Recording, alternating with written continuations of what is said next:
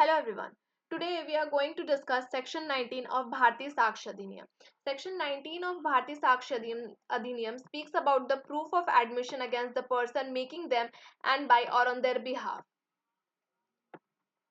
तो एडमिशंस जो होते हैं वो रेलेवेंट होते हैं, मे बी प्रूव्ड. जनरल रूल ये है कि जो एडमिशन होते हैं वो हमेशा पर्सन के अगेंस्ट यूज किए जाते हैं.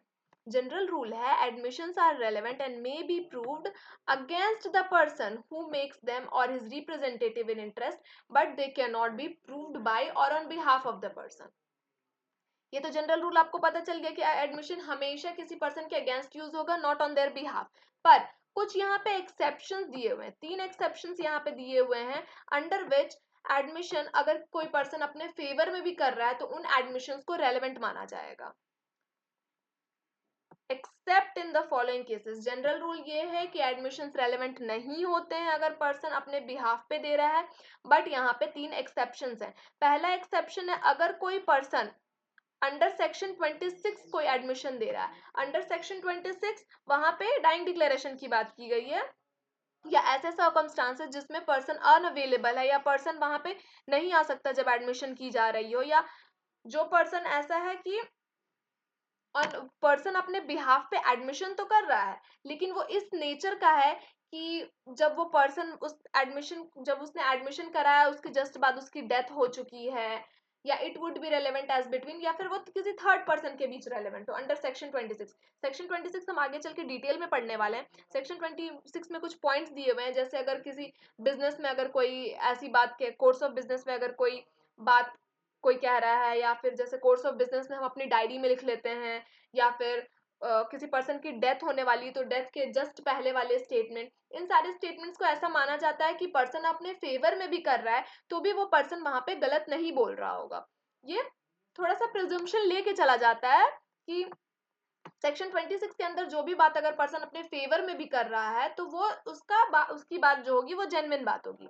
अब दूसरा ग्राउंड ये है कि कोई भी एडमिशन अगर पर्सन कर रहा है अपने फेवर में जो कि किसी स्टेट ऑफ माइंड या बॉडी से रिलेटेड हो. स्टेट ऑफ माइंड या बॉडी से रिलेटेड स्टेटमेंट्स हमने पहले डिस्कस कर चुके हैं. अगर आपने वो वीडियो नहीं देखा है तो आप हमारी प्लेलिस्ट में जाके उन वीडियोस को देख सकते हैं. हमने सेक्शन 18 तक कंप्लीट कर लिया है प्रीवियस वीडियोस में.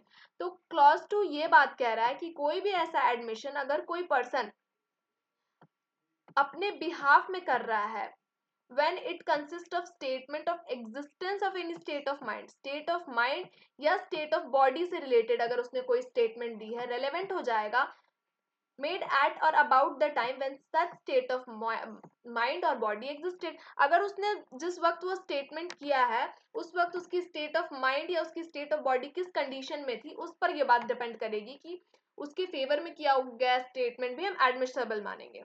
अकम्पनीड बाय कंडक्ट, ये बहुत इंपॉर्टेंट बात है, आपको याद रखना है कि जो स्टेट ऑफ माइंड या बॉडी है it must always be accompanied by conduct. Conduct होना बहुत जरूरी है, तभी वो उसके फॉल्सहुड को इम्प्रोबेबल बनाएगा.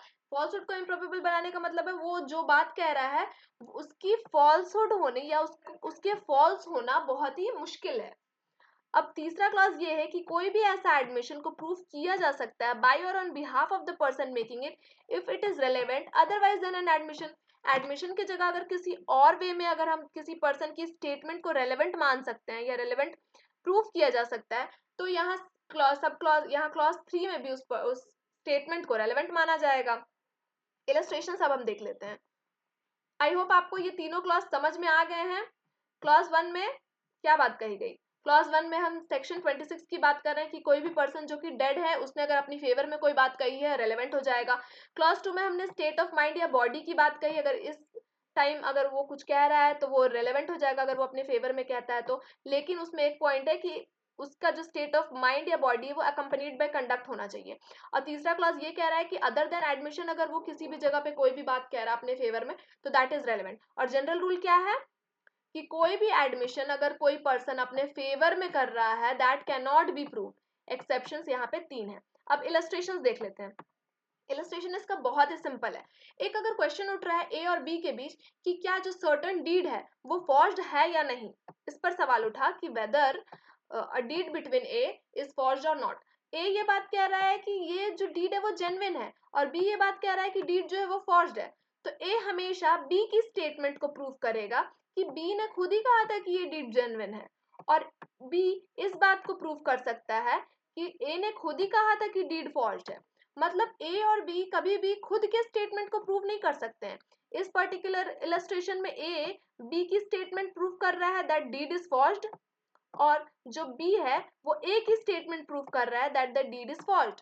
But A can not prove a statement by himself. A खुद की स्टेटमेंट नहीं दे सकता है कि डीड जो है जेन्युइन है, और ना ही बी स्टेटमेंट दे सकता है by himself that deed is fault. तो ये जनरल रूल है इस सेक्शन 19 का।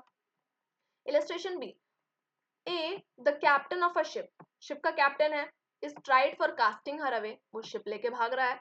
एविडेंस ये शो किया गया that ship was taken out of her proper course, कि उस शिप को उसकी प्रॉपर डायरेक्शन से किसी और रूट में ले जाया गया। ए प्रोड्यूस करता है जो वो बुक अपने पास रखता था in ordinary course of business, business के दौरान वो उसमें नोट डाउन करता होगा कि हाँ ये शिप की कौन सी डायरेक्शन है, वो किधर जा रहा है, कैसे जा रहा है, वो सारे ऑर्डिनरी कोर्स ऑफ डायरेक्शन वो ऑर्डिनरी कोर्स ऑफ बिजनेस में लिखता था। तो वो शो कर रहा है observations alleged to have been taken by him from day to day, वो डे टू डे उसमें लिखा हुआ था कि शिप कहाँ से कहाँ गई है, and indicating that ship was not taken out of her proper course. और उसमें ये बात लिखी हुई है कि हाँ जो शिप है उसे प्रॉपर कोर्स से बाहर नहीं ले जाया गया। तो ए में प्रूव दीज स्टेटमेंट्स। देखिए ए इस स्टेटमेंट को प्रूव कर सकता है। जनरल रूल क्या था कि ए खुद की स्टेटमेंट नहीं प्रूव कर सकता अगर वो सेल्फ सर्विंग स्टेटमेंट है, बट इस पर्टिकुलर केस में उसने कोर्स ऑफ बिजनेस में लिखा है ये बात, उसने अपनी डायरी में लिखी है ये बात, तो ये एज पर सेक्शन 26 रेलेवेंट हो जाएगा। नेक्स्ट इलस्ट्रेशन है, A is accused of a crime committed by him at Kolkata, Kolkata में उसने क्राइम कमिट किया है, इस पे इसकी एक्यूजेशन उस पे लगी है। तो उसने प्रोड्यूस किया लेटर रिटन बाय हिमसेल्फ, उसने खुद से लेटर लिखा था and dated at Chennai on that day, और चेन्नई चेन्नई में था उस वक्त वो जब लिखा हुआ था उसमें, जब उसने ये क्राइम कराया है तो उस वक्त वो चेन्नई में था, उस लेटर से ये शो हो रहा है। And bearing the Chennai post mark, और उस पर चेन्नई की पोस्ट मार्क भी दी हुई है of that day. The statement in the date of letter, तो जो स्टेटमेंट है कि डेट ऑफ द लेटर जो है वो एडमिसेबल हो जाएगा, बिकॉज अगर ए की डेथ हो गई रहती तो वो एडमिसेबल होता एज पर सेक्शन 26 के बी में, इसीलिए यहाँ पर उसकी स्टेटमेंट रेलेवेंट की जा रही है।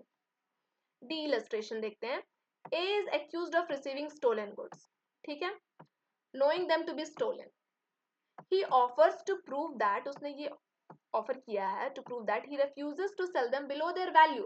उसने ये बात कही कि ये स्टोलन गुड्स अगर है, लेकिन मैंने तो उसकी जो ओरिजिनल प्राइस है उससे कम पे मैंने बेचने की बात ही नहीं की है। अगर ये चोरी का माल रहता तो मैं कोशिश करता कि मैं जल्दी से जल्दी इसे बेच के साइड करूं ताकि मैं फंस ना जाऊं, लेकिन मैंने यहाँ पे मना कर दिया था कि ओरिजिनल वैल्यू से कम में बेचने के लिए। तो ये स्टेटमेंट ये बात प्रूव करता है कि जो भी उसकी जो एडमिशन जो जो यहाँ पे स्टेटमेंट उसने दी है वो खुद ब खुद एक्सप्लेनेटरी ऑफ कंडक्ट के, कि जो भी ये फैक्ट इन इशू यहाँ पे ये उठ रहा है कि स्टोलन गुड्स वो है या नहीं।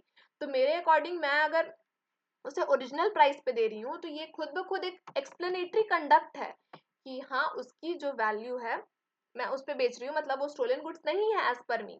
अब इलस्ट्रेशन ई देखते हैं, A is accused of fraudulently having in his position counterfeit currency, ठीक है, ए पर ये बात लगी है कि हाँ उसने काउंटरफिट करेंसी नोट्स रखा है, उसके पास प्रेजेंट है, विच ही न्यू टू बी काउंटरफिट, और उसे पता है कि वो कॉइन्स जो है काउंटरफिट है, करेंसी है।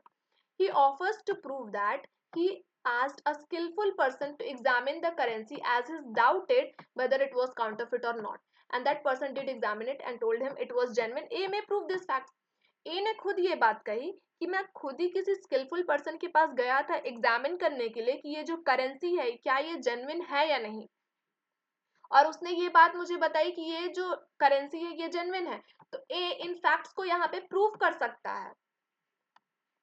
ऑल्दो ई का जो इलस्ट्रेशन हो गया, ई जो इलस्ट्रेशन हो गया, ऑल्दो वो जो स्टेटमेंट है वो उसके फेवर में जा रहा है, क्योंकि हमने यहाँ पे 3 इलस्ट्रेशन देख लिया। इलस्ट्रेशन में ये बात कही जा चुकी है, यहाँ 3 क्लॉजेस हैं जो 1 2 3, इन क्लॉजेस में ये बात कही जा चुकी है कि फॉलोइंग 3 सर्कमस्टांसेस में हम सेल्फ सर्विंग स्टेटमेंट भी दे सकते हैं।